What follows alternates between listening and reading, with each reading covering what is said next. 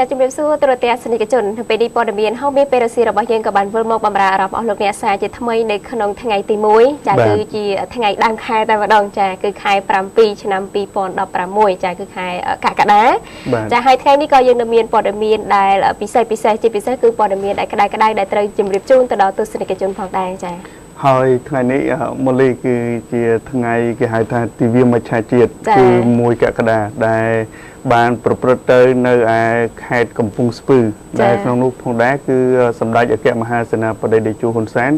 โลกบานอันจืนเจียเธอประเดี๋ยวเพียบขนมพิธีเลงโกนเตย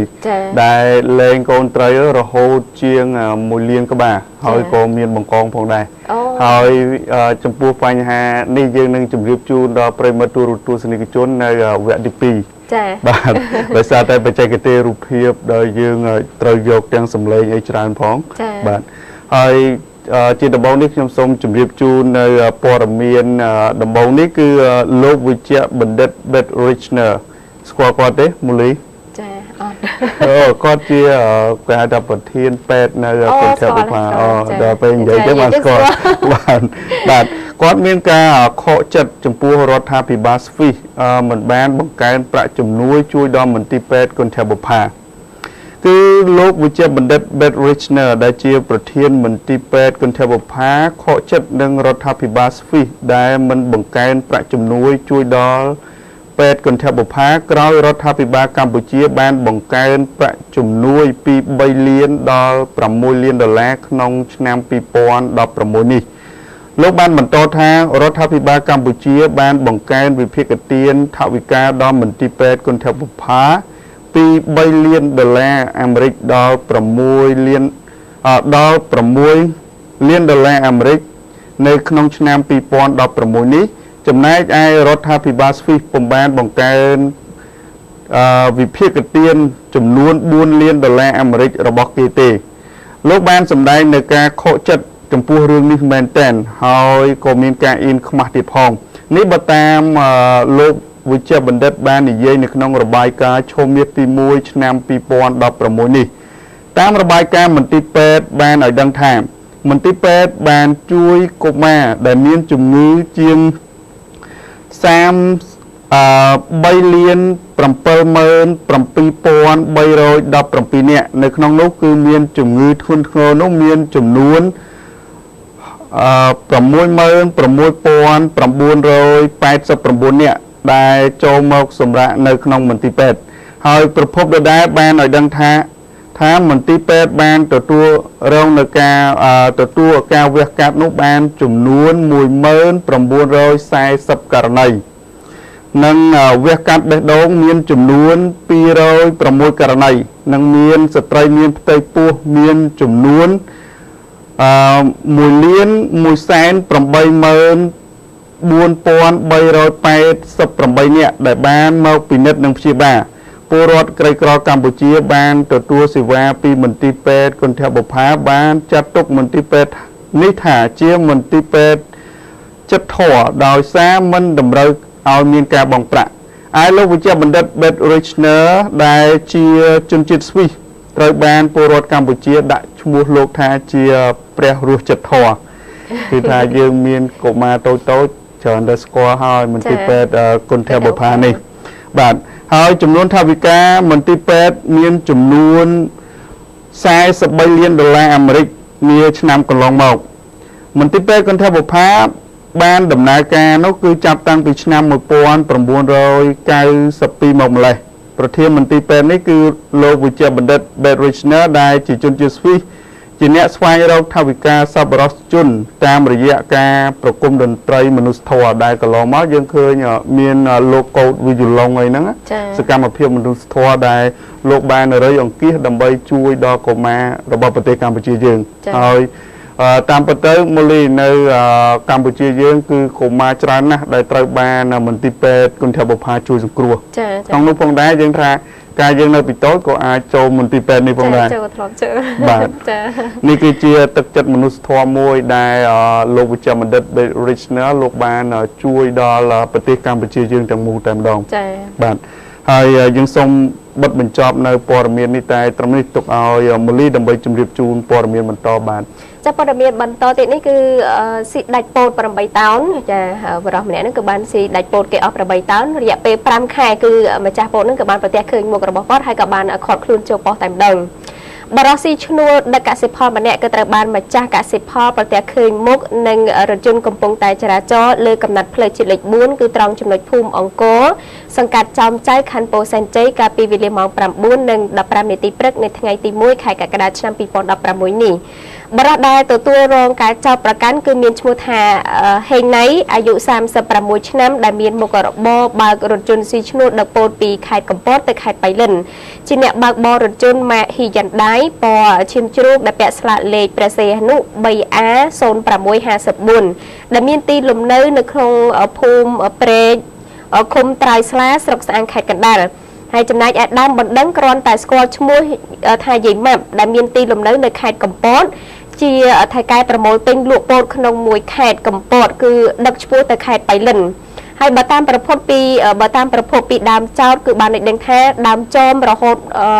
ដល់ចាប់ឃាត់រថយន្តនិងអ្នកបើកបរខាងលើនឹងចូលប៉ប៉ូលីសក៏ដោយសារតែការអំឡុងនៅ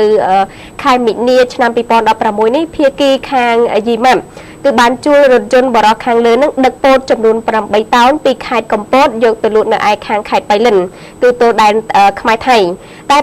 ពេលនោះម្ចាស់ពោតមិនបានរួមដំណើរទៅជាមួយរថយន្តឡើយគឺគាត់ទៅតាមរថយន្តផ្សេងមួយគ្រឿងទៀតផ្ទុយទៅវិញរថយន្តដែលជួលដឹកពោតខាងលើនឹងមិនបានបើកទៅគោលដៅកំណត់ឡើយបែរជាយកទៅលក់ឲ្យឈ្មួញផ្សេងហើយកិច្ចខ្លួនបាត់សរុបពីការខាត់បង់នឹងគឺអស់លុយ4លាន5សែនរៀល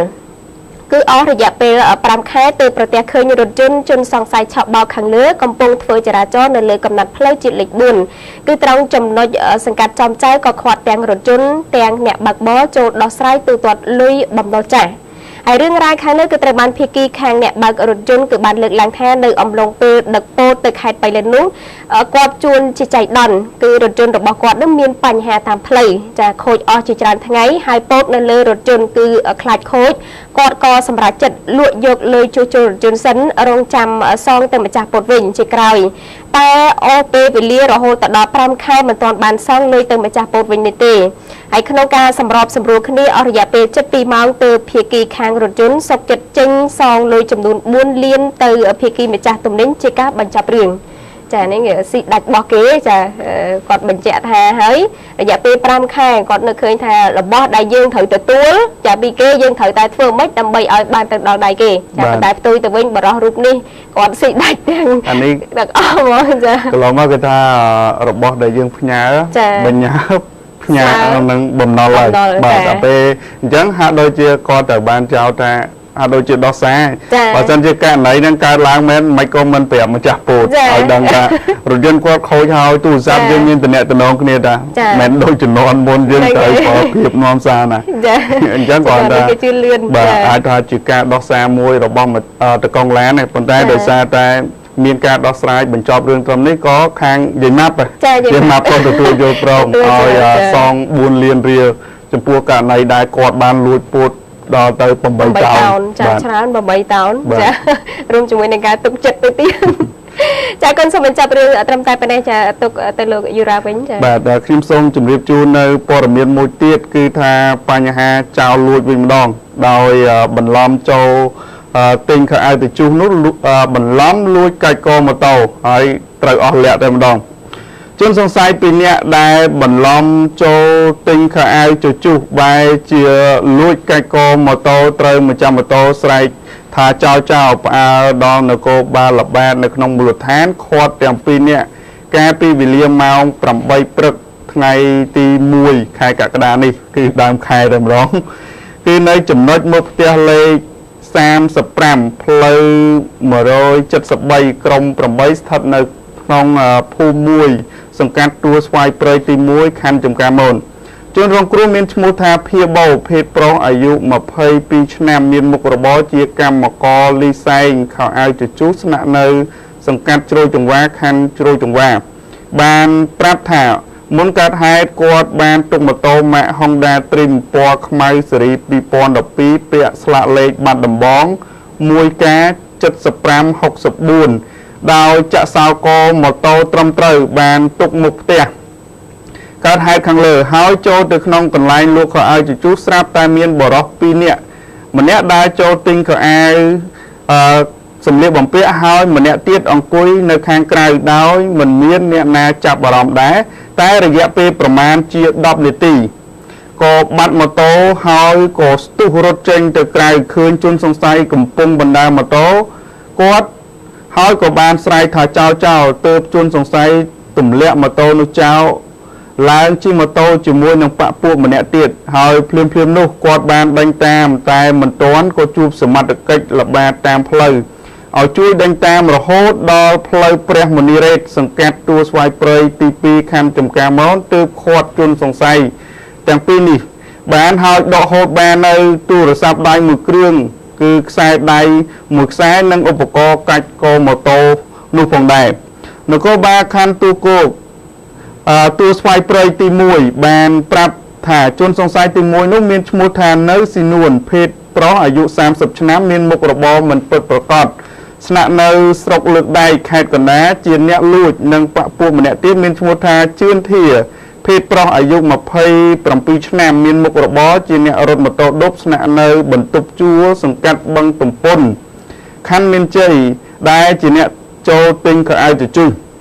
ហើយសមត្ថកិច្ចបានឲ្យដឹងថាបន្ទាប់ពីកើតហេតុជនរងគ្រោះបានស្រែកថាចោលធ្វើឲ្យកម្លាំងល្បាតមូលដ្ឋានដេញតាមមកជួបជាមួយនឹងប្រជាពលរដ្ឋរហូតដល់ចាប់បាននៅផ្លូវមុនីរ៉េតសង្កាត់ទួលស្វាយព្រៃ2នេះតែម្ដងហើយឥឡូវនេះជនសង្ស័យទាំងពីរនាក់ត្រូវបាននគរបាលប៉ុស្តិ៍ស្វាយព្រៃទី1ហ្នឹងកំពុងតែកសាងសំណុំរឿងបញ្ជូនទៅអធិការដ្ឋានចំការមនដើម្បីចាត់ការតាមនីតិវិធីច្បាប់បាទនីតិវិធីហើយច្បាប់បាទនីតិវិធីបាទឥឡូវនេះឃើញថាបើគេថាលួចគេវាក្រាន់ណាដល់ពេលគេតន់វាក្រាន់អញ្ចឹងបាទឥឡូវដោយសារតែពេលវេលាយើងដល់ម៉ោងកំណត់ហើយយើងសូមពេលសម្រាប់បន្តិចសិនបាទ